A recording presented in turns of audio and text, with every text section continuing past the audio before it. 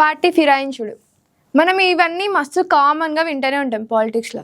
కానీ రీసెంట్గా ఇన్స్టాగ్రామ్లో ఒక పొలిటీషియన్ మస్తు పాపులర్ అయ్యిండు. పార్లమెంట్లో మంచి మంచి స్పీచ్లు ఇస్తాడు. ఆయన స్పీచ్లు షేర్లు రీషేర్లు ఇట్లాంటి లీడర్ ఉండాలి అని చెప్పేసి మనం అందరం అనుకున్నాం. ఆయన పేరు రాఘవ్ చెడ్డా.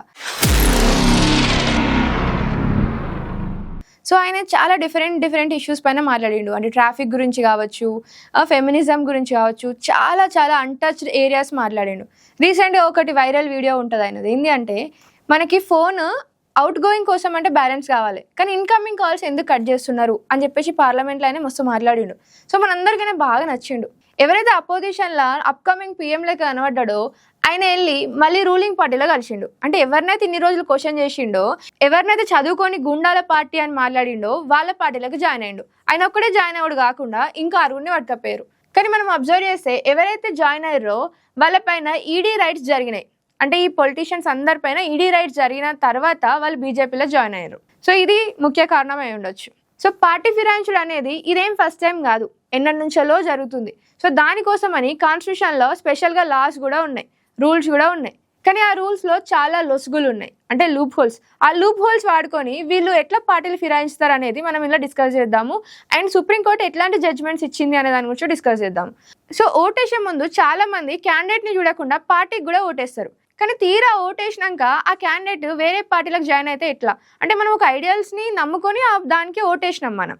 సో ఓటర్స్ యొక్క నమ్మకాన్ని ఈ పొలిటీషియన్స్ తీసేస్తున్నారు అని చెప్పేసి కాన్స్టిట్యూషన్లో మనకి 52nd అమెండ్మెంట్లో యాంటీ డిఫెక్షన్ లా అనేది ఒకటి ఇంట్రడ్యూస్ చేసారు. యాంటీ డిఫెక్షన్ లాలో ఏమని ఉంటుందంటే, సో ఎవరైతే ఒక పొలిటీషియన్ ఒక పార్టీ నుంచి ఇంకో పార్టీకి మారిండనుకో అప్పుడు ఆయన డిస్క్వాలిఫై చేయొచ్చు. అంటే ఆ పర్సన్ని తీసేస్తారు అన్నట్టు ఆ హౌస్ నుంచి వెళ్ళి. సో ఇది ఒకటి ఉంది కదా.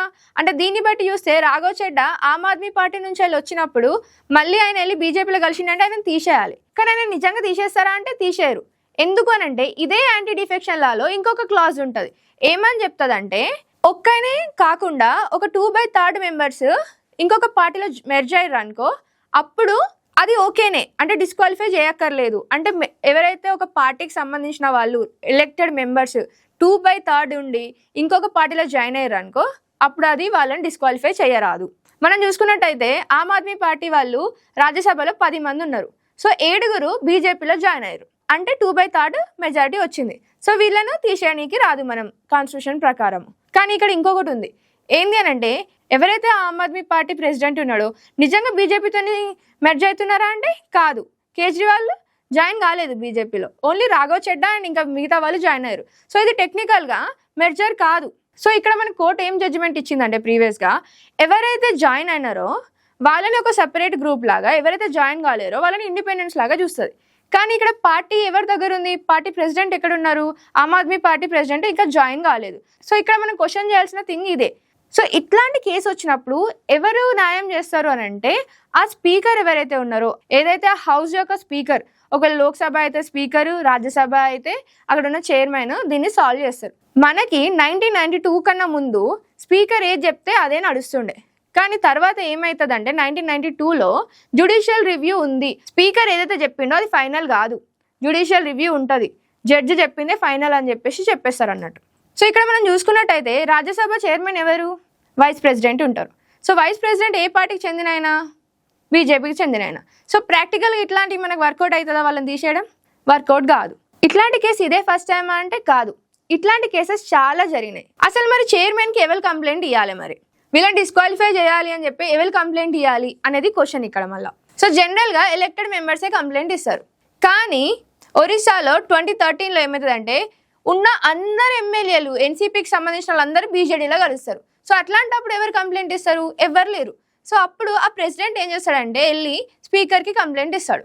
సో అప్పుడు ఏమని జడ్జిమెంట్ వస్తుందంటే, ఓన్లీ ఎలక్టెడ్ మెంబర్సే కాకుండా ఎవరైతే ఓటేస్తారో ప్రతి ఒక్కరు, ఆ ప్రెసిడెంట్ అని కాదు, ఆ ఓటేసిన ఓటర్లు ప్రతి ఒక్కరు, నేను ఈ ఎమ్మెల్యేకి లేకపోతే ఎంపీకి నేను ఓటేసిన, ఈయన వెళ్ళి ఇంకొక దాంట్లో జాయిన్ అయ్యిండు, వీళ్ళని డిస్క్వాలిఫై చేయండి అని ప్రతి ఒక్కరు కూడా కంప్లైంట్ చేయొచ్చు. సో ఇది ఇంకొక జడ్జిమెంట్. ఒకవేళ కేజ్రీవాల్ కనుక వీళ్ళని అందరిని ఎక్స్పెల్ చేసి అనుకుందాం, రాఘవ్ చెడ్డా అని ఇంకా మిగతా వాళ్ళని. సో వీళ్ళందరూ ఏమవుతారు? ఇండిపెండెంట్ క్యాండిడేట్స్ అవుతారు. సో ఇండిపెండెంట్ క్యాండిడేట్స్ అయిన తర్వాత వాళ్ళు ఏ పార్టీలకైనా జాయిన్ కావచ్చు. సో ఇక్కడ మనం చూసుకున్నట్టయితే ఇలా చాలా లూప్ హోల్స్ ఉన్నాయి మన కాన్స్టిట్యూషన్లో, ఒక దగ్గర నుంచి ఒకటి పోవడానికి. ఇంకొక ఆప్షన్ ఏముంది కేజ్రీవాల్కి అంటే, చైర్పర్సన్కి వెళ్ళి కంప్లైంట్ చేయొచ్చు, ఇక్కడ నా పార్టీలో ఉన్న వాళ్ళు వేరే దాంట్లో జాయిన్ అయ్యారు, వీళ్ళని తీసేయండి అని చెప్పేసి.